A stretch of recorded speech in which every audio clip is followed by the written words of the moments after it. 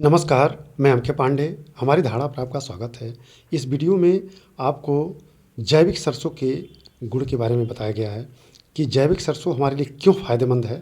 तो इसको क्रमशः हम आपको बड़े कायदे से बताएँगे और दिखाएँगे कि क्यों ये फ़ायदेमंद है। आप देखिए, जैविक सरसों के कुछ पौधे हम आपको दिखा रहे हैं। इस जैविक सरसों के पौधों को दिखाने का हमारा मुख्य मकसद यही है कि हम खोज रहे थे कि कहाँ माहो लगे हैं। इस पे यहाँ कुछ फली पे यहाँ माहो आपको दिख रहे होंगे। आप यहाँ देखिए, ये माहो है।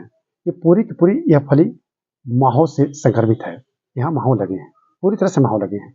लेकिन ये माहो जो है इस फली को नुकसान नहीं पहुँचा पाए हैं। कहने का मतलब ये है, यहाँ फूल भी है, फूल को भी नहीं नुकसान है और फली को भी नहीं। पूरी तरह से जैविक विधि है, इस पे रसायन का उपयोग नहीं है। रासायनिक उर्वरकों का बहुत ही कम नहीं किया गया उपयोग। दूसरी बात है, कीटनाशक का प्रयोग नहीं है। ये पूरी तरह से स्वस्थ पौधा है और ये इतना स्वस्थ पौधा है कि इस पे किसी तरह का कोई रोग नहीं है। इससे जो तेल प्राप्त होगा निश्चित रूप से वो बहुत ही फायदेमंद होगा। तो मेरे दिखाने का मकसद यही था कि अगर हम जैविक खेती अपनाते हैं, प्राकृतिक खेती अपनाते हैं, तो इससे जो हमको उत्पाद मिलेगा वो बहुत ही लाभप्रद और स्वास्थ्यप्रद होगा। यहाँ हम आपको एक पूरे जैविक सरसों की खेती को दिखा रहे हैं। देखिए कितना अच्छा पौधा दिख रहा है।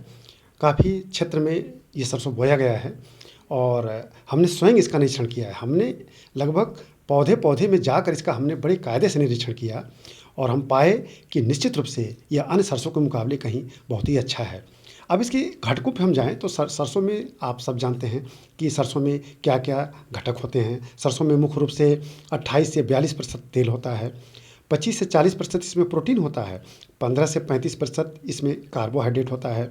इसके अतिरिक्त इसमें 10 से 15% फाइबर भी होते हैं, 5 से 10% इसमें बड़े महत्वपूर्ण खनिज होते हैं जिसमें कैल्शियम, पोटेशियम, सेलेनियम महत्वपूर्ण हैं। इसके अतिरिक्त इसमें टोकोफेरॉल और केनॉल जैसे एंटीऑक्सीडेंट भी होते हैं और दुनिया जानती है कि खाद्य तेलों में सबसे फ़ायदेमंद अगर कोई तेल है तो वो सरसों है, सरसों का तेल। और सरसों का तेल भारत में सबसे प्रमुख खाद्य तेल भी माना जाता है। अब अगर हम इसको जैविक सरसों से प्राप्त करें, इस तेल को अगर हम जैविक सरसों से प्राप्त करें तो क्या ही अच्छा रहेगा। क्यों?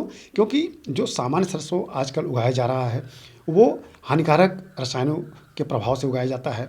उनमें हम न जाने कितने तरह के रासायनिक उर्वरक डालते हैं, फिर कीटनाशक डालते हैं।